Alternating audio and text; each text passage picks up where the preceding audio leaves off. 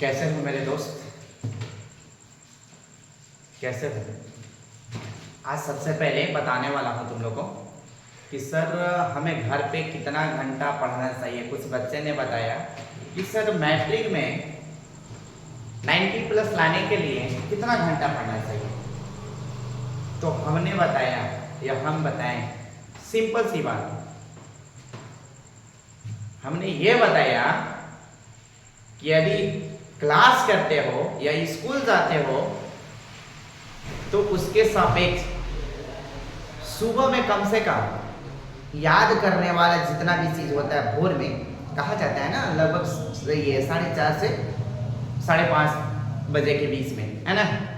तो सुबह का समय 1 घंटा जब आपको टाइम मिले, लगभग 4 से 5 हो या 4:30 से 5:30 हो, है ना सर राहुल सर, या 5 से 6 हो या तो 5:30 से 6:30 हो, ये आपके अंतर्गत होना चाहिए। यदि आप 8 बजे से स्कूल जाते हो तो 8 से लेकर के आप 2 बजे तक 3 बजे तक स्कूल में रहते हो। वहाँ से घर जाने में लगभग आपको आधा घंटा लग जाता होगा, यानी दूर के बच्चे को बता रहे हैं, नज़दीक भी होगा तो मैक्सिमम मान लो मिनिमम 20 मिनट लगता होगा। तो मान लो 1 घंटा लेकर चलो, खाना पीना हेन तेन, मतलब बहुत सारे चीज़ रहते हैं ना, तो उसको लेकर के आप लोग समझ लीजिए 1 घंटा। तो 3 बजे से लेकर 4 बजे तक यदि आप क्लास करते हो ट्यूशन वगैरह तो 1 घंटा वो मान लो, 1-2 घंटा तो आप लोग खेलोगे, या आप हो या तो हम। फिर उसके पश्चात जब आप खेल लेते हो तो ये काम करना लगातार 3 घंटा घड़ी के टाइम से, यानी 7 बजे से लेकर के आप 10 बजे तक पढ़ो।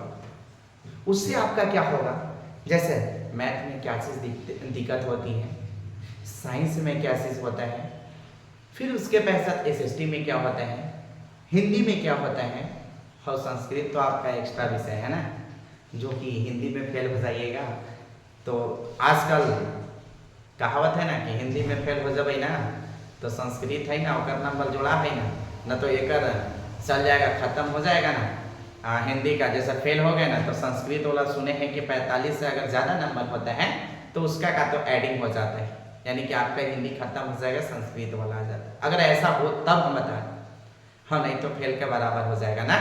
तो इसीलिए 5 सब्जेक्ट को मिलाकर यानी कम से कम आपको 3 घंटा पढ़ना पड़ेगा, और जो उसे आप पढ़ते हो 3 घंटा तो उस कंडीशन के अनुसार जितना भी चीज़ें होता है, फार्मूला वगैरह होता है या कुछ याद करने वाला चीज़ होता है, तो आप उसको क्या कर लो, सुबह का टाइम में यानी भोर के सापेक्ष कम से कम उसको याद करने के लिए लेकर बैठ जाओ। उससे क्या होता है ना कि माइंड में बना रहता है।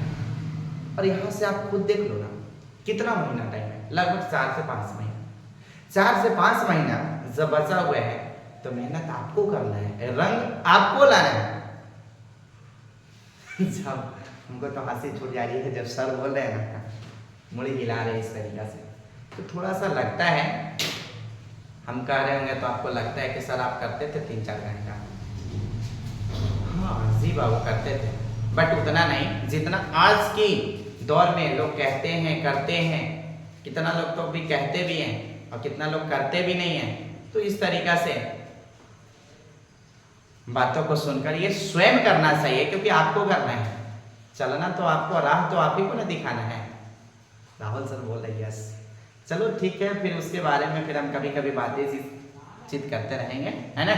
फिर मिलते हैं नेक्स्ट वीडियो में, कैसे पढ़ना चाहिए, क्या करना चाहिए, नहीं करना चाहिए, इसके बारे में नेक्स्ट टाइम बात करेंगे।